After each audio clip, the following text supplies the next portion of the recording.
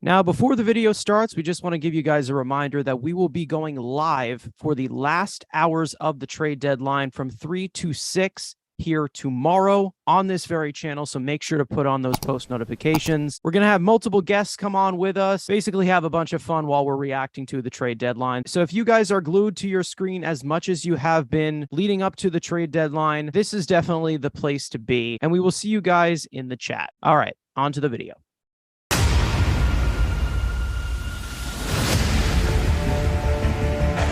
Two, Vader swings and misses, strike three. He struck him out. 5 Met pitchers combined for the second no-hitter in New York Mets history. So back in 2019, with the 12th overall pick, the Mets selected a third baseman out of high school named Brett Baty. Now, obviously, since the short retirement of David Wright, and of course, all of the small stopgaps that we've had at third base, it's definitely been a hole for a while. And the biggest hope throughout the Mets organization is that Brett Baty will fill that hole and be the third baseman of the future for the Mets. Now, Baty is currently ranked 18th overall in MLB Pipeline's top 100, and he's the second overall prospect in the Mets system behind Francisco Alvarez, our soon-to-be, hopefully, superstar catcher. And that has definitely turned the question of his ETA maybe being this year or next year. Now, this year in AA, he is slashing 304, 397, 522 with a 152 WRC plus, and has definitely looked to fix a lot of problems that he went through last year in the Mets system. Now, we all know that a promotion to AAA is definitely inevitable, probably in the next week or two, but you look at the jump from AA to AAA pitching. Is Brett Baty major league ready yet? Is it very possible that he could be on his way maybe at September call-up?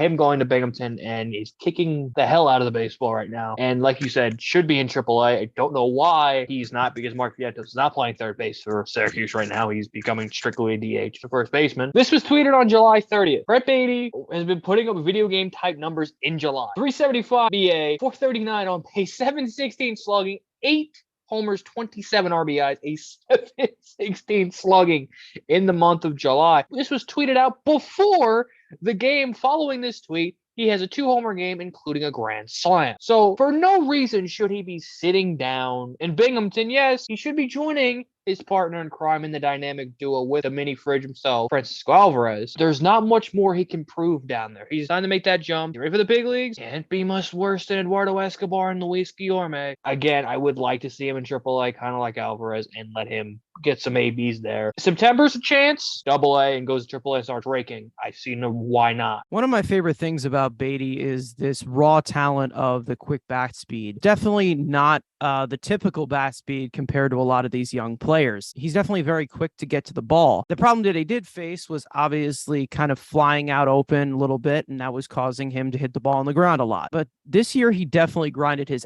ass off to fix that type of problem. The one thing that I do like about him is that kind of balance between the line drives and fly balls, and he's really shown that a lot in AA this year. And obviously, we've talked about that kind of raw ability to use the opposite field. He's really good at doing that, and the approach looks somewhat major league ready so far. I personally believe, and this is just my opinion, that he is more major league ready than Mark Vientos, just based on the approach alone. Would I say that either of them are major league ready yet? Probably not. I would like to see Baty get some swings in AAA. Baty really improved. He really improved a lot. I got personal attacks at me because, the Brett Baty ground ball percent. Maybe not from a person that I do the show with, maybe some other people, but I was personally attacked because Brett Baty did have an extremely high ground ball rate. It was going to go down because, like his swing, it was just a matter of time for him to be able to find lift, grow into the power, because that was always the problem with Brett. He was going to have to grow into the power to lift the ball. He was always going to be hitting singles and doubles first couple years into the big leagues, and which is true. He really didn't start hitting his power until this year. He's hit 6 homers, 7 homers, 5 homers. And look what happened this year. He already has 16. He has more homers this year than his first couple years in the minors combined. He has the bat to balls because eventually he was going to figure it out. And now you're starting to see what I saw, what a lot of other people saw with Brett, is the power's coming. And this question has really come up now because of the production that you're seeing at third base. Eduardo Escobar has definitely not performed to expectation of what he was supposed to be. Luis Guillorme cannot be playing every day. He's definitely not the ideal guy to put at third base every day. JD Davis will probably be gone by the time September call-ups come up. So So this definitely raises some eyebrows. You've pretty much seen Mark Vientos completely abandon third base. It just seems like they are shaping up the position in the hot corner for it to be Brett Baty's in the future. And I do think that it is possible that you could see him come September. And I feel the same way for Alvarez. Them shrinking the amount of players you can call up in September makes this a little more interesting because who they would bring up, obviously you would think a catcher would definitely be called up to have a third emergency catcher. And especially with the bench, with Brett in particular, right now, if the Mets were to get a DH, which we expect, Vogelbach, Naquin would go to the bench. You've already have technically Luis Guillorme would still be here and Tomas Nido. You get the additional bench spot. Baty could fill that and then potentially move Escobar to third. But again, who else knows? Are we adding at the deadline? If there's another bat, is there really a spot for Brett? I think Brett is the best chance to get on the big league roster is if he keeps hitting, gets promoted to AAA and he hits for a couple of weeks and Eduardo Escobar is out with some, out long term. If it's like 2 weeks, I don't think that happens. I think they will try if Mark Vientos is still here to try to get him back a third. It's not going to work, but I can only see Brett getting to the big leagues this year. Is if Escobar goes down, could you add him? Yeah, it definitely could be a possibility of them adding him and out. Bring the big two up, give him some playing time, but also you're in the pennant race. You're going to be probably in a dogfight for the division. Yes, it's a good idea in theory, but you want these guys first big leagues ABs to be like, the division is as tight as it. They don't maybe add some gap this week with the 5-game series of Braves and put some distance and you're in a fight every day. Do you really want Brett Baty and Alvarez's first ABs to be in high leverage, high danger dogfight? So I still think you don't see Brett till next year. I think they're going to let Escobar play in it. Let Brett come to AAA in a week or two, hopefully. Give them August and September. If he hits, let him win the job out of spring training next year, just like Francisco Alvarez. Let me counter that point. I understand that it is kind of hard for a young player's mind, but at his level right now, he's a lot older